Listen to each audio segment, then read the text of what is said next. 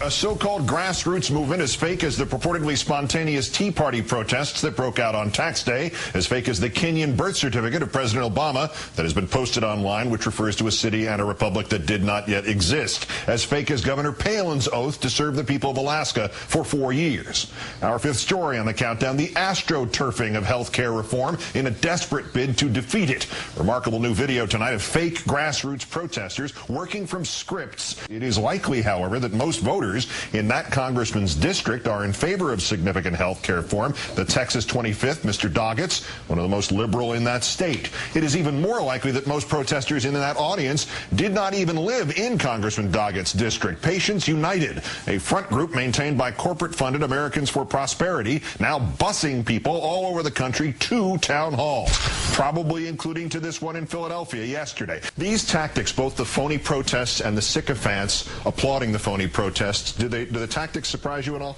No, not at all. What a great job of exposing this nonsense. You put out a statement after the town hall saying that the mob didn't just come to be heard, but to deny others the right to be heard. They staged this. This was just like what you've been talking about tonight and last night. They had the Republican Party cameras out there to film all this feigned outrage. We've seen some of the memos and sort of talking points and instructions that have been leaked from the corporate organizers of these events, the people who are making sure that these happen all over the country, not just in your district. It was a bit of a surprise because I've been doing these events for 15 years and I've never had the Republican Party organize protesters like this. We cannot turn over the agenda to folks that really remind me, Rachel, like that crowd of Republican staffers that showed up for Bush against Gore down in Florida.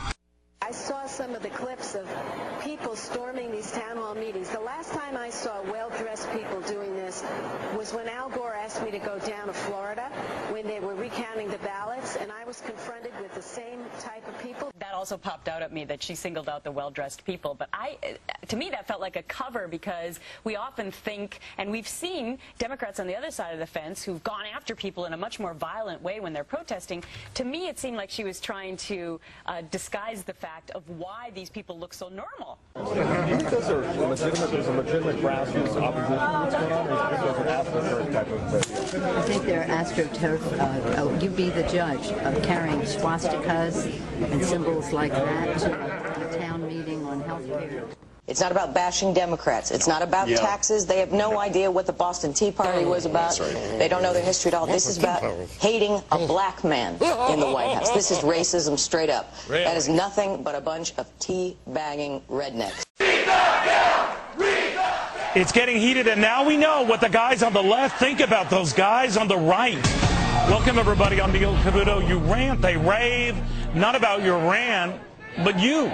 Robert Gibbs offering this unique take on those not uniquely or even remotely smitten by the president's health care plan. To wit, and I quote, the astroturf nature of grassroots lobbying, which is largely the term for, you know, this manufactured anger. Just as I did in 1993, President Obama has run into a buzzsaw of special interest opposition to his top domestic policy priority, health care reform.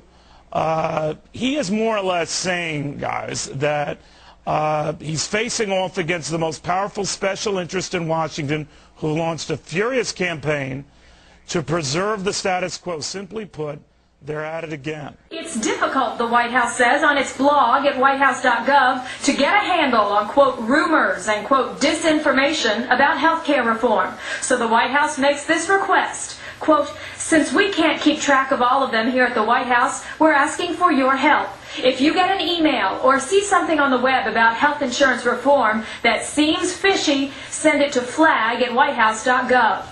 Conservatives in Congress and on the radio jumped all over that, saying the White House is acting Orwellian. If you get an email from your neighbor and it doesn't sound right, send it to the White House. You know, people, I think, all across America are going to say, is this 1984? What's happening here? Is Big Brother watching? Texas Republican Senator John Cornyn sent a letter to President Obama saying, quote, I am not aware of any precedent for a president asking American citizens to report their fellow citizens to the White House for pure political speech that is deemed fishy, and demanding to know, quote, what action do you intend to take against citizens who have been reported for engaging in fishy speech?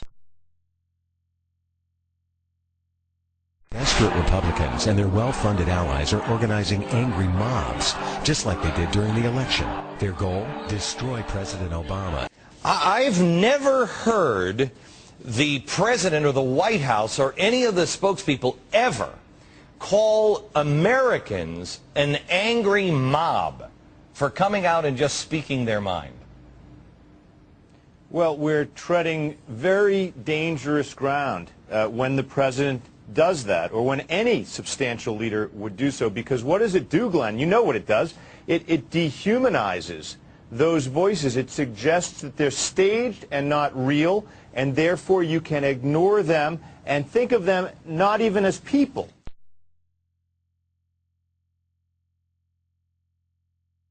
My question to you is, when congressmen scoff at the notion of reading legislation because they aren't qualified or they aren't competent to understand it, how can we be confident that those congressmen are competent to re-engineer the entire health care system? Perfectly reasonable question here, but watch this. Listen to the crowd. We have a bill, and we have a lot of them, because there are 1,000 pages. It contains my tax staff. And we divide up the bill. We have to make judgments very fast. What's this? We give about...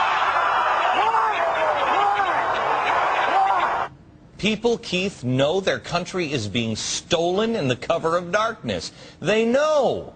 There's no reason. This guy was totally logical. How could we possibly, when you guys can't even read the bill, how can we possibly have any confidence that you know what you're doing when you're changing the fundamentals of our country? Listen, I'm a registered Democrat, okay? Why would you guys try to stuff a health care bill down our throat in 3 to 4 weeks when the president took 6 months to pick what he wanted for a dog for his kids? As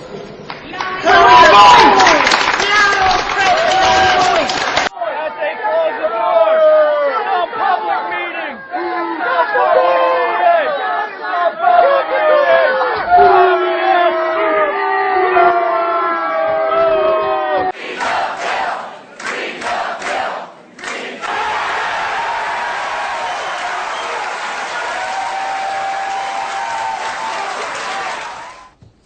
That was not the welcome home that lawmakers want this August recess. That was a healthcare town hall event meeting in Green Bay, Wisconsin this week. Some were giving an earful to the Democratic Congressman Steve Kagan, who hosted that event. 300 people inside, several hundred others outside trying to get in. Many in the crowd voicing strong opposition to the healthcare proposals on the table in Washington. The White House press secretary, Robert Gibbs, hinted that some of this anger is staged. I would have to say that they are manufactured. The White House is the one who's manufacturing these.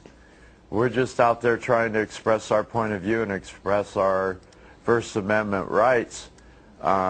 We don't feel that Washington is listening to us, and it is generating some sense of frustration. This administration and the Democrats have vastly underestimated just how grassroots this movement is. Columbus, well, there may have been 6 people there. I think there may have been 6 people. Yeah, look at them. Actually, it's 8 to 10,000. That's just an official police number, but, you know, the police are stupid, too.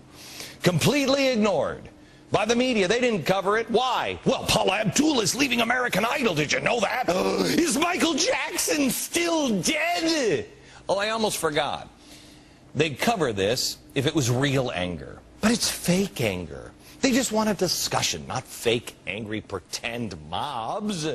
By defining the opposition as non-people, as not thinking people, who would want to join them? Who would line up, other than patriots, I might suggest, yes, to say, I'm raising my hand, I'm one of them, I'm one of the crazy people. It essentially paralyzes the opposition because it suggests we have a label for you people. You know what? I have to tell you. You're fake and crazy. These people don't understand the psychology of the American people. The American people, freedom has been bred into us. You don't just take freedom away and expect people to just go by.